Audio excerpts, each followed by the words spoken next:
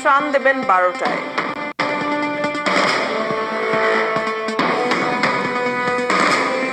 ফেনীর হামলাকারীরা ছাত্রলীগের চেনা নেতা, আর এদিকে বিএনপিকেই দায়ী করছে কাদের। কক্সবাজারে রোহিঙ্গাদের হাতে হত্যার পর শঙ্কিত মানুষ, আইন শৃঙ্খলা নষ্টের ভয়।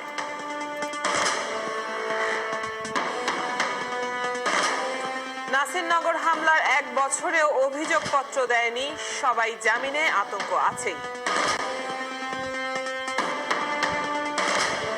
ভর্তি পরীক্ষায় সাম্প্রদায়িক প্রশ্নের তদন্ত শুরু, অযোগ্যদের দিয়ে মডারেশনের অভিযোগ।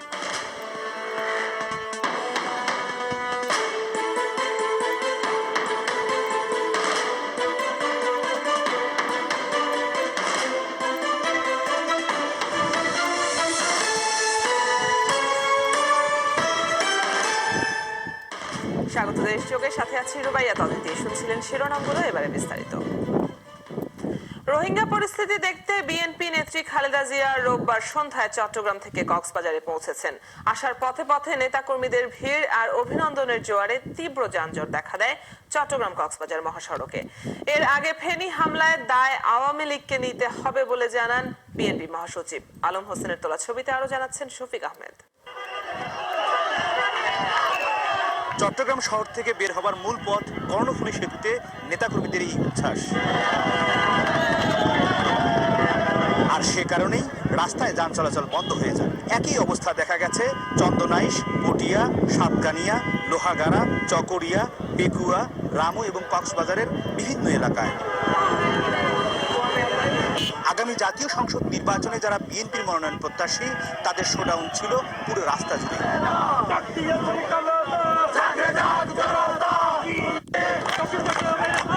রাস্তায় হাতি ঘোড়া সাজিয়ে শিশু কিশোরদের দিয়ে শুভেচ্ছা জানানো হয় বিএনপি চেয়ারপারসনকে।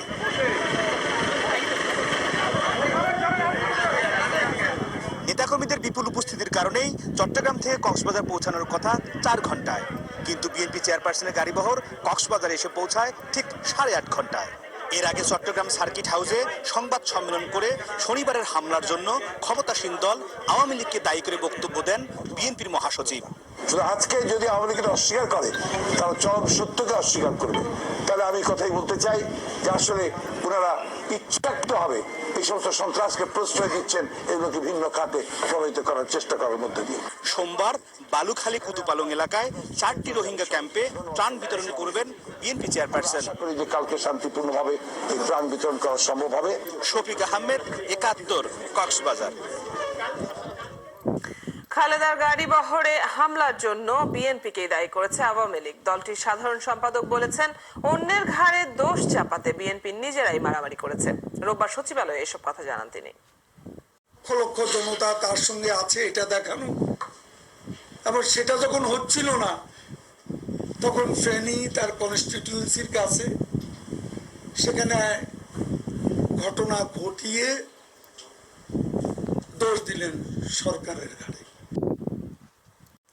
দর্শক, আজকের রোহিঙ্গা পরিস্থিতি জানাতে আমাদের সাথে কক্সবাজার থেকে যোগ দিচ্ছেন সহকর্মী কামরুল ইসলাম মিন্টু। মিন্টু, শুনতে পাচ্ছেন আশা করি। এই মুহূর্তে বেগম খালেদা জিয়া কোথায় আছেন এবং আজ সেখানে কি কি কর্মসূচি রয়েছে জানতে চাই। একই সাথে রোহিঙ্গা ক্যাম্প পরিদর্শনকে ঘিরে সেখানে কি ধরনের ব্যবস্থা নেওয়া হয়েছে জানাবেন। সকাল 9টায় বিদ্যুৎ সার্কিট হাউস থেকে কক্সবাজারের থেকে রওনা হওয়ার কথা কুতুপালং বালুখালীর উদ্দেশ্যে, কিন্তু কিছুটা সময় বিলম্ব হচ্ছে, তিনি এখনো পর্যন্ত বের হননি। তবে নেতা কর্মীরা সেখানে প্রস্তুতি নিয়েছে।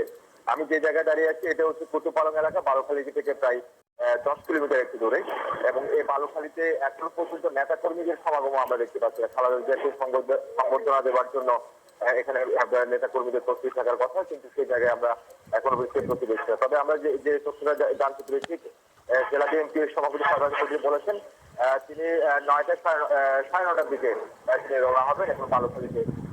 সেখানে মূলত তিনি 4টি ক্যাম্পে করেছেন প্রায় 10,000 পরিবারকে, এবং ক্যাম্পগুলো পরিদর্শন। আপনাকে যেমনটি বলেছিলাম যে তার রওনা হতে কিছুটা সময় বিলম্ব হচ্ছে, এবং 10টার আগে তিনি মূলত রওনা হবেন এবং এরপরে এই পথটি ব্যবহার করে তিনি বালুখালীর উদ্দেশ্যে মূলত যাবেন এবং সেখানে রোহিঙ্গাদের সাথে কথা বলবেন, ত্রাণ বিতরণ করবেন, পরিদর্শন করবেন। মিন্টু, এছাড়া আজ রোহিঙ্গা ক্যাম্পের চিত্র কেমন দেখছেন সার্বিকভাবে?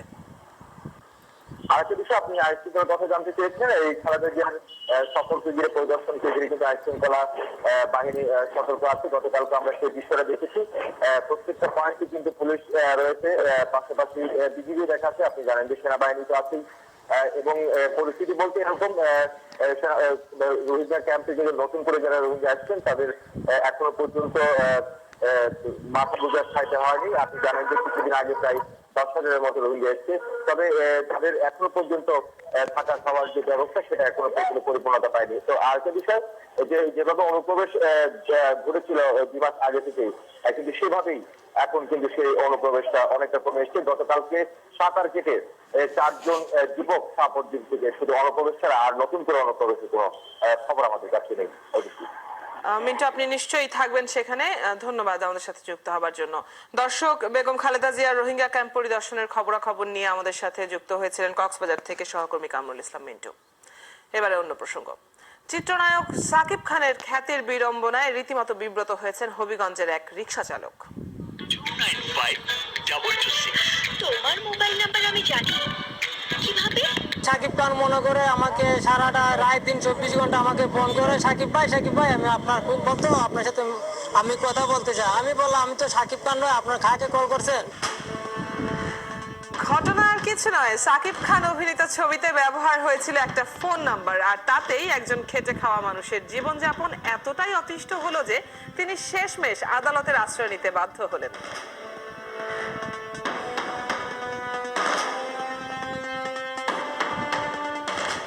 এ নিয়ে গল্প থাকছে দেশযোগের শেষ ভাগে। মামলার বাদী ইজাজ। ফেনীতে খালেদা জিয়ার বহরে গণমাধ্যম কর্মীদের ওপর হামলায় নেতৃত্ব দিতে দেখা গেছে ওসমান গনি রিয়েল নামের এক যুবককে। তিনি সেখানকার একটি ইউনিয়নের ছাত্রলীগের সাধারণ সম্পাদক। হামলায় অংশ নেওয়া অন্যরাও সরকারি দলের কর্মী সমর্থক বলে জানা গেছে। বিস্তারিত জানাচ্ছেন আরফিন শাকিল। শনিবার বিকাল 5টার দিকে বিএনপি চেয়ারপারসন খালেদা জিয়ার গাড়িবহর ফেনীর ফতেহপুর রেড ক্রসিং পার হচ্ছিল। একই সময় মোহাম্মদ আলী এলাকায় বহরের পেছনে থাকা সাংবাদিকদের গাড়িবহরে শুরু হয় হামলা। ছবিতে দেখা গেছে হামলাকারীরা রাস্তার পাশ থেকে বের হচ্ছেন। স্থানীয়রা জানান, জেলা আওয়ামী লীগের সদস্য ও ফেনী পৌরসভার মেয়র হাজি আলাউদ্দিনের মালিকানাধীন স্টার লাইন পেট্রোল পাম্পে আগে থেকেই অবস্থান নিয়েছিল 20 থেকে 25 জন যুবক। হামলার সময় তাদের মধ্যে ফেস্ট কালারের টি শার্ট পরা একজন সাংবাদিকদের ক্যামেরা বন্ধ করার নির্দেশ দিচ্ছিলেন। গণমাধ্যম কর্মীদেরও গাড়ি ভাঙার নির্দেশও তিনিই দেন। জানা গেছে তার নাম ওসমান গনি, এলাকায় পরিচিত রিয়েল নামে। ফেসবুকে নিজেকে তিনি সদর উপজেলার শশর্তি ইউনিয়ন ছাত্রলীগের সাধারণ সম্পাদক হিসেবে উল্লেখ করেছেন। স্থানীয় সাংসদ নিজাম হাজারীর সাথেও ফেসবুকে তার অনেক ছবি রয়েছে। ছবিতে সুজন নামে আরেকজনকে গাড়ি ভাঙতে দেখা যায়, যিনি রিয়েলের কর্মী হিসেবে পরিচিত। শনিবারের পুরো ঘটনার জন্য শশর্তি ইউপি চেয়ারম্যান ও আওয়ামী লীগ নেতা জানে আলম ভূঁইয়া ও জেলা ছাত্রলীগের সাধারণ সম্পাদক জাবেদ হায়দারকে দায়ী করেছে স্থানীয় বিএনপি। এই হামলা সরাসরি স্থানীয় আওয়ামী লীগ, যুবলীগ এবং ছাত্রলীগ করেছে। যদিও এই ঘটনায় নিজের দায় অস্বীকার করেছেন জানে আলম।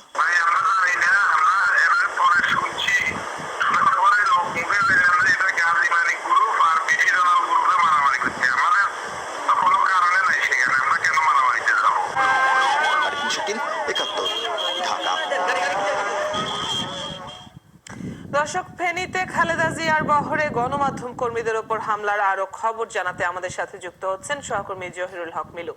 মিলু, শুনতে পাচ্ছেন আশা করি। এই হামলায় নেতৃত্ব দিতে ছবিতে আমরা দেখলাম ওসমান গনি রিয়েল নামের এক যুবক সহ আরো অনেককে। আসলে এরা কারা এবং এদের পরিচয় কি জানা গেছে?